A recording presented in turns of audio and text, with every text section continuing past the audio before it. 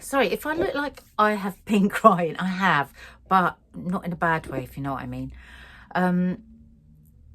Okay, I haven't thought about what I'm going to say, so if I ramble a bit, forgive me.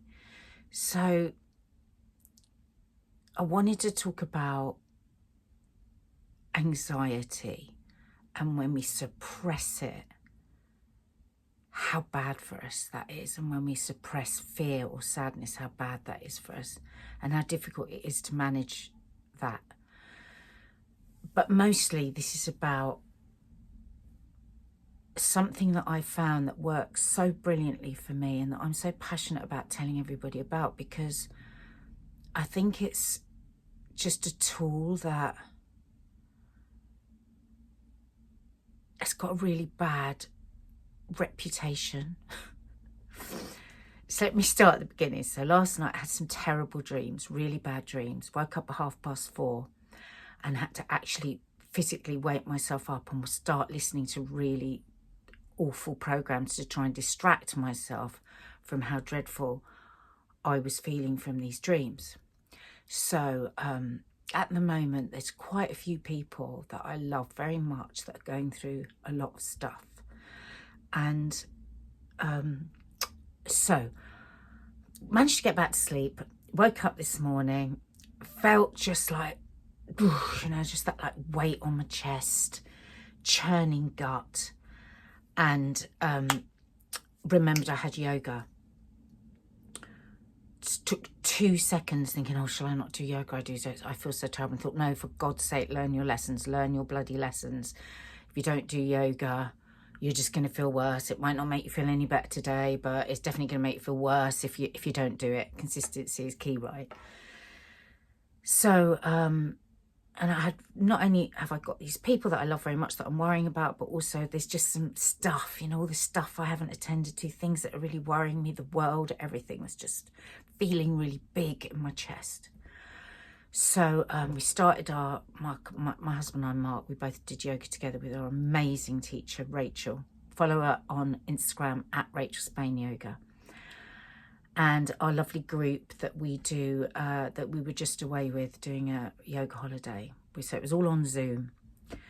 And this is, now I'm getting to the nub of it.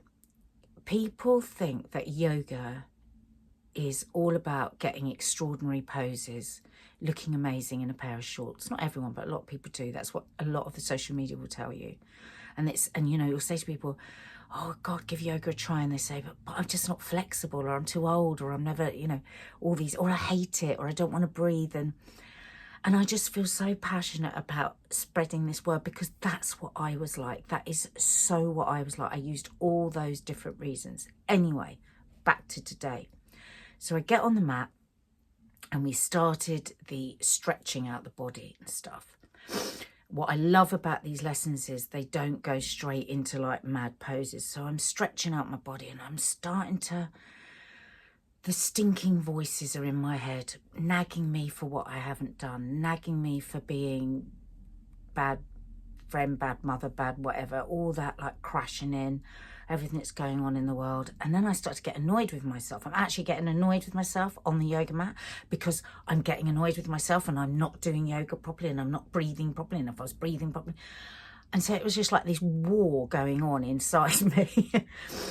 And then, you know, I was just trying, and then I was kind of trying to rush myself out of feeling. I was like, I'm doing these deep breaths, and all that's in my head are these stinking thoughts. I'm whispering still, my kids to me.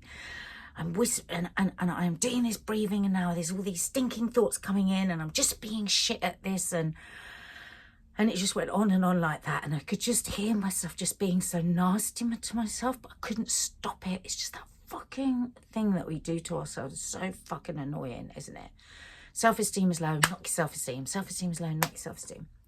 Anyway, as the lesson went through, and just this amazing teacher just consistently talking to me, consistently just trying to remember what I've learned, that just let it go, let it flow, go with the breath, move, don't use your ego, don't try and do things you can't do if something's too difficult. And just very, very, very gradually through the hour, well, this is in the first half hour, it started to lift. then we went into the physical side of the flow and the movement, and oh my God, I felt like I was moving the best I've ever moved. It was really weird. And then I was just flowing and it felt so good. And the stinking thoughts were trying to come in and the anxiety was coming in. And I was like, no, don't come in. I thought, no, let it flow. Let it come in and let it go. Let it come in, let it go. Because the worst thing is if you say, no, don't feel anxious, don't be anxious. What happens, of course, is you feel anxious. If I say to you, don't think of pink elephants. Now I say to you what you're thinking of. You're going to think of pink elephants. And so I just let it come in, let it flow, let it flow, let it flow. And I was really enjoying it. And I had moments of feeling really happy.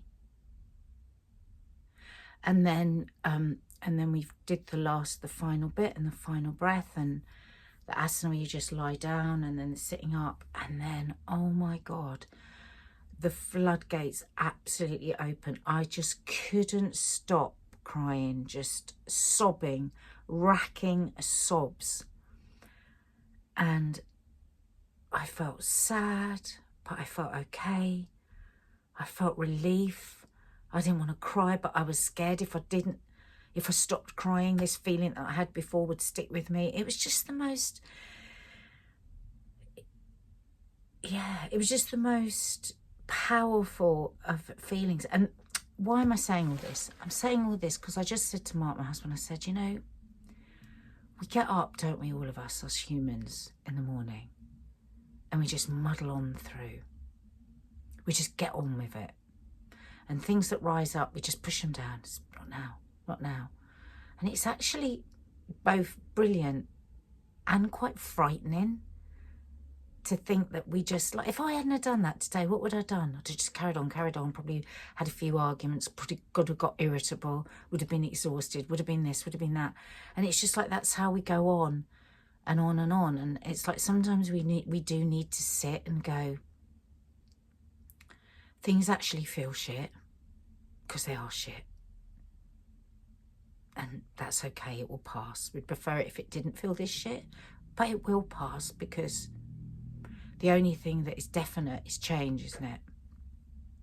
And so, even though I feel tearful, but I'm not sad, I'm emotional. And I think there's a difference, you know, just, you know, when we say, oh, I feel anxious here, it's because we're holding all that fucking shit in that we're carrying around all the time. And I would just say, you know, just find something that could work for you, like yoga works for me. Now, I'm not saying this happened to me straight away, not at all. I've had to consistently do it, and I've had like a breakthrough.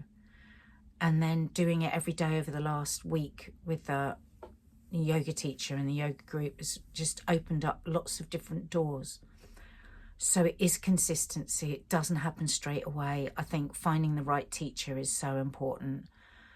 And I just think, why am I doing this? Because I want to share with people that the image that yoga has sometimes is just wrong. As my teacher says, it's not an exercise class. It's not like looking like proper Instagram yogi. It's about what can you do for your insides?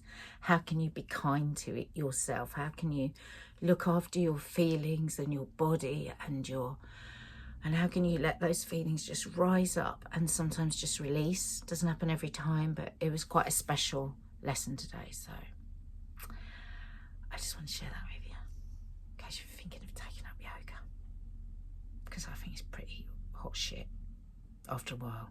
Doesn't happen straight away. Anyway, namaste, or as my friend Donna says, have a nice day.